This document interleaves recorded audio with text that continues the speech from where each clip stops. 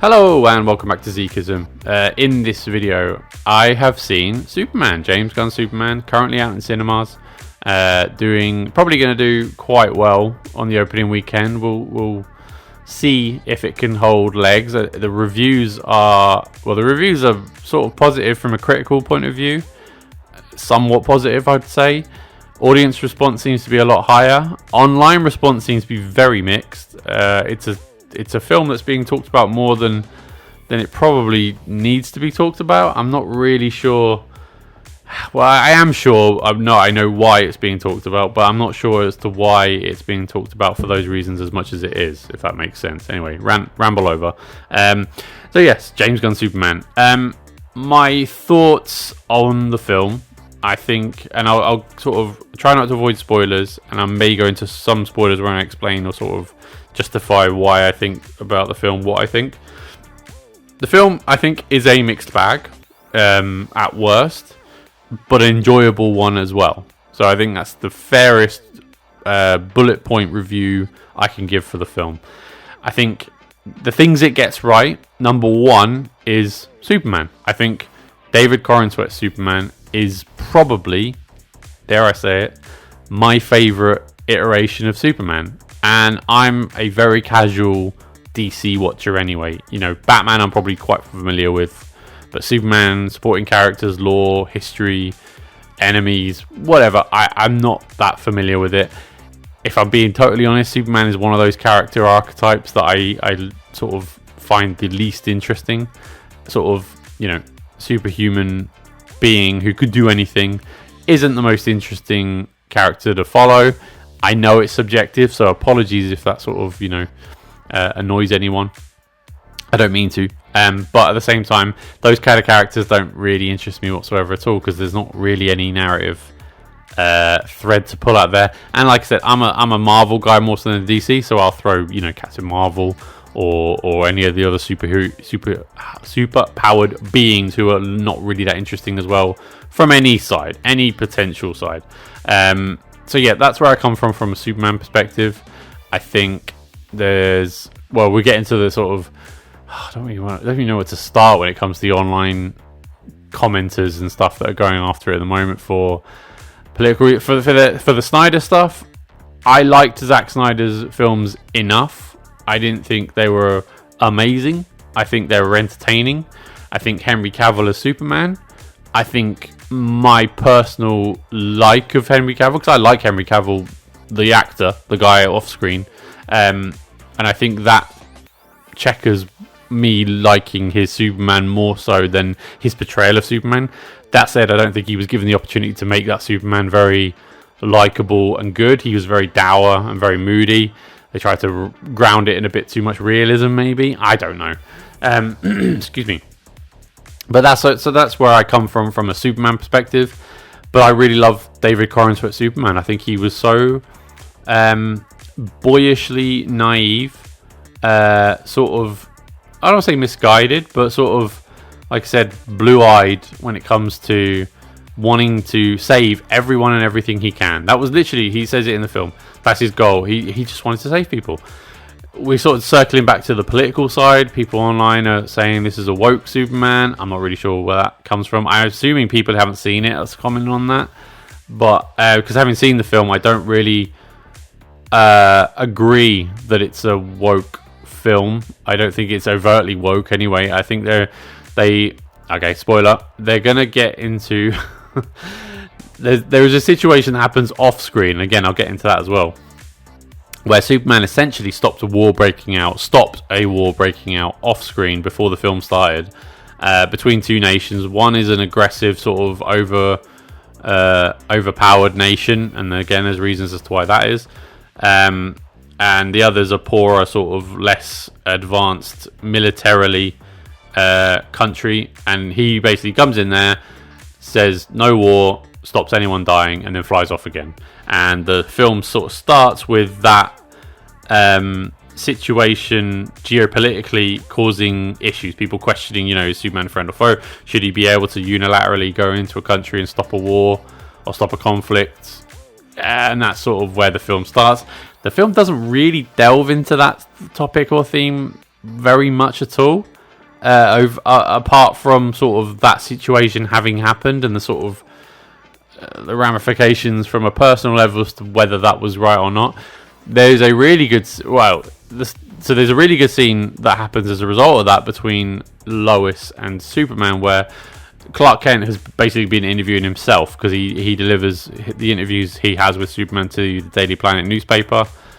Lois sort of said, well, you wouldn't dare have me interview you because I would obviously ask you real questions. He goes, oh, go on then. And they have a fallout basically over that interview because she asks him as an investigative journalist as to whether he thought about his, ramifications of doing what he's doing. He basically just, screams at her, look, I was trying to stop people dying. And that, in a nutshell, is where he comes from. Throughout the film, he basically saves everyone and anything he can, because that's his end goal. It doesn't matter whether they're a villain or an enemy trying to thwart him, or a tiny squirrel. he tries to save anyone he can until he can't. And that's over.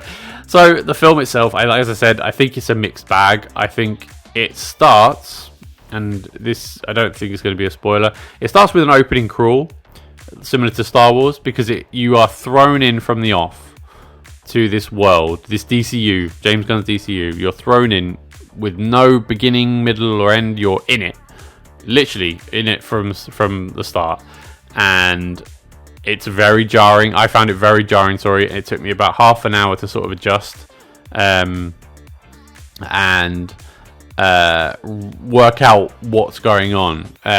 Maybe I'm a little bit, simple when it comes to things like that, but for me, it was hard to follow the first half an hour. I understood who people were.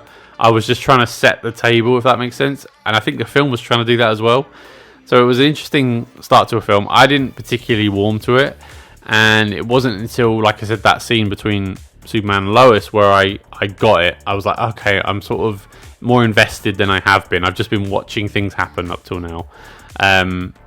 So that was a bit jarring. The second half of the film, though, I think is a lot stronger. And I think it's a lot stronger because not only do you know what things are, who people are and what things are going on and why they're happening. I mean, it's very weird as well what does happen in certain places. But I think the supporting characters sort of get their shine as well, and they play their part in contributing to the film moving along. Some of the characters, I think Lois Lane, for example, played by Rachel Brosnahan, is very good. I think she has a lot to do in the film, which helps. Like, she's not just sort of, damsel in distress or anything like that. She actually has agency and she has purpose.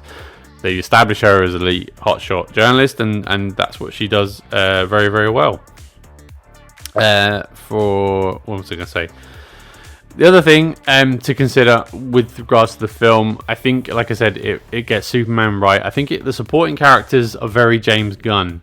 I think you've seen in the trailers, there is a band of supporting characters forming the Justice Gang, who are sort of misfit, weird interpretations of characters in the comics, I'd imagine. And they were, Mr. Terrific, for example, a character I've never heard of before this, I must admit. I thought he was quite entertaining. I thought he delivered his sort of comedic lines very well, and played the part of essentially what I'm familiar with as Cyborg from Zack Snyder's Justice League films. That's essentially what he plays, a sort of tech whiz who can hack anything and get the computer systems working, which is important to going forward. Crypto the dog is in the film a lot, and he's very lovable. He's a dog, of course. Everyone loves a dog. There is, anything with animals or kids is probably in peril is probably going to get me in the feels, and it does in this film. And Lex Luthor, of course, we'll mention him. He is played as a villain's villain. He is essentially, Nicholas Hoult plays him. He is just played as the most unlikable guy. He just plays like he does anything. He attacks animals. He tries to hurt kids. He tries to hurt Superman in any way, shape, or form. And his motivations are he just doesn't like Superman. And they sort of delve into it a little bit more, but not much. He's just like I said, he's just a hateful person, and a sort of corporate, which is, you know, corporate buy his way out of anything sort of guy. And that's the film in a nutshell. I don't really have much more to say other than that. It was an entertaining film. I liked it. I liked Superman especially, which I think are the ticks in the box that the James Gunn and the filmmakers wanted. To you to come out wanting to see more of this character, which I think I probably would as well. Would I go see this again? I probably would if given the chance as well. But I'll be honest, there are elements where I think it is all over the place in terms of the writing, the tone. I think the direction. There's some interesting choices made, and I say interesting loosely because I found them quite hard to follow. So again, I'm not trying to dampen it with faint praise. It was an entertaining watch, but a sort of messy, entertaining watch. But the characters, I think, work. And I think that's the overall good takeaway that I'm sure they would want me to have. What do you think? Have you seen the film? Do you agree with me? Do you disagree with me? Did you like the parts I liked, or did you not like the parts I didn't like? Let me know in the comment section below. Please leave me a like and subscribe on the channel. That always helps things in general. And I will see you next time. Thank you so much for watching. Appreciate it. Bye-bye.